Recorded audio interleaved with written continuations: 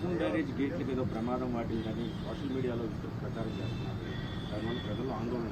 అమరావతి కూడా పూర్తిగా మునిగిపోయింది, రాజధాని అమరావతిలో కూడా నేనేమంటానంటే రెండు విషయాల్లో కూడా క్రిమినల్స్ కొంతమంది ఈ రాష్ట్రంలో ఉంటే, వాళ్ళు రాజకీయాల్లో ఉంటే ప్రజలకు కూడా ఎవ్రీడే అనుమానాలు వస్తాయి. నాకు కూడా అనుమానం వస్తా ఉంది. 2 బోట్లు వచ్చే చూశాను, ఎక్కడి నుంచి వచ్చే తెలియదు. వచ్చి నేరుగా ప్రకాశం బ్యారేజ్ని ఢీకొన్నాయి. ఆ ప్రవాహంలో ఒక విధంగా ఆలోచిస్తే అది ప్రమాదమే, కానీ అది ఎక్కడ హిట్ చేయాలని అక్కడ హిట్ చేయకుండా వేరే ప్రాంతంలో హిట్ చేసింది కాబట్టి కొంతవరకు సేఫ్ అయింది. ఇప్పుడు దాన్ని కన్నయ్య నాయుడు ఈరోజు చూశాడు, ఏ విధంగా చేయాలి, ఎట్లా సేఫ్టీ ఆఫ్ ది ప్రాజెక్ట్ కాపాడుకోవాలనో కాపాడుకునే పరిస్థితి వస్తుంది. ఇప్పుడు చాలామంది దాని మీద దీంట్లో కూడా కుట్ర ఉందని అనుమానించే పరిస్థితికి వచ్చారు. ప్రైమా ఫేసి నేను ఆలోచించలేదు, కానీ ఒకసారి వివేకానందరెడ్డి మర్డర్ చేసి గుండెపోటని చెప్పగలిగిన వాళ్ళు ఇలాంటివి కూడా చేయొచ్చేమో. వి కెనాట్ ఇది ఈరోజు రేపల్లి ఏదైతే బండి ఉందో అక్కడ పెట్రోలింగ్ పెట్టే పరిస్థితికి వచ్చాం ఈ దొంగల కోసం, నేరస్తులతో. ఎప్పుడన్నా ఆలోచించామంటే పెట్రోలింగ్ పెట్టాలని? నాకెప్పుడు లేదు. 1-2 సార్లు పెట్రోలింగ్ ఎందుకు పెట్టానంటే, నాగార్జున సాగర్ లెఫ్ట్ మెయిన్ కెనాల్లో రైతులు నీళ్లు రానియకుండా ఉంటే సమైక్య ఆంధ్రప్రదేశ్లో ముఖ్యమంత్రిగా చివరి భూములకు నీళ్లు తేవడానికి పెట్రోలింగ్ పెట్టి డిఎస్పీని ఆర్డీఓని పెట్టి నీళ్లు తీసుకొచ్చాను. నౌ క్రిమినల్స్ ఎవరైనా కానీ బ్రీచెస్ చేస్తారేమో అనే భయంతో ఇప్పుడు పెట్రోలింగ్ పెట్టమని చెప్పాను నేను డీజీపీకి, ఇప్పుడు సిఎస్కి ఇద్దరికి. What is the fate? Amaravati ఎందుకు పనిగట్టుకొని మీరు ప్రచారం చేస్తున్నారు మునిగిపోయిందని? మీరు చూడండి, ఒక విష ప్రచారం వైఎస్ఆర్ కాంగ్రెస్ పార్టీ దానికి సంబంధించిన బ్లూ మీడియాలోనే స్టార్ట్ అవుతున్నాయి. ఇదే పని పెట్టుకున్నారు. ఇదే పని పెట్టుకొని ప్రతి ఒక్క దాన్ని విష ప్రచారం చేస్తూ మభ్యపెట్టే విధంగా చేసే పరిస్థితి వచ్చారు.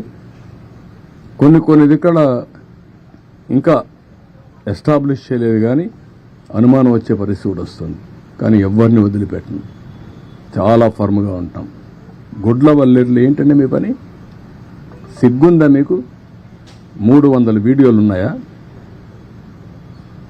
ఇవన్నీ తీశారా? అన్ని యూనివర్సిటీలో తీస్తున్నారా? ఎవరు చెప్పాడు మీకు? అంటే ఆ పిల్లల భవిష్యత్తు అవసరం లేదు మీకు? ఓసారి అక్కడ జరిగిన సంఘటన పట్ల పిల్లలు ఆవేశంగా ఉన్నారు. ఆవేశంగా ఉంటే రాజకీయ నాయకుడిగా, ఒక ఎల్డర్లుగా నా బాధ్యత ఏంటి?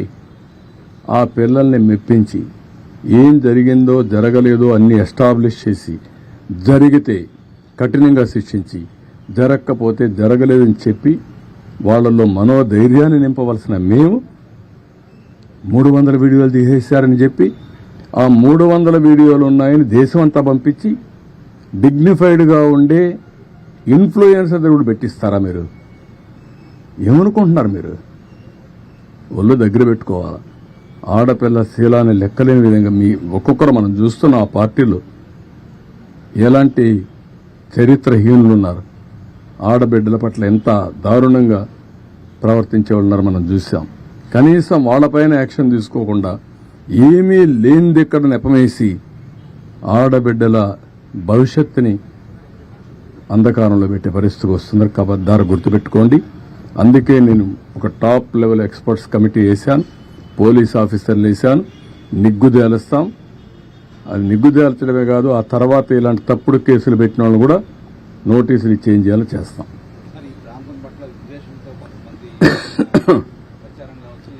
ఈ ప్రాంతం పట్లే కాదు, వాళ్ళ రాజకీయ భవిష్యత్తు కోసం అందుకే చెప్పాను. ఇక్కడ ఒక భూతం ఉంది, ఈ భూతం ఉన్నంత వరకు అందరూ భయపడతారు రావడానికని. అలాంటి భూతమే అతను, ఆ పార్టీ. ఇది మంచిది కాదు. నీ రాజకీయం కోసం 24 గంటలు ఇదే పని అయితే ప్రజలు ఏ విధంగా హర్షిస్తారండి?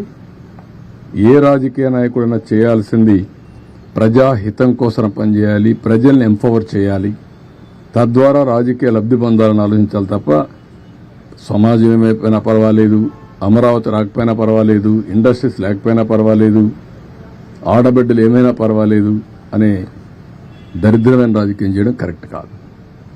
ఓకే, ఇంతవరకే ఈరోజు. ఎందుకంటే రేపు నాకు ముఖ్యంగా వరదలు దాని మీదనే మాట్లాడదాం.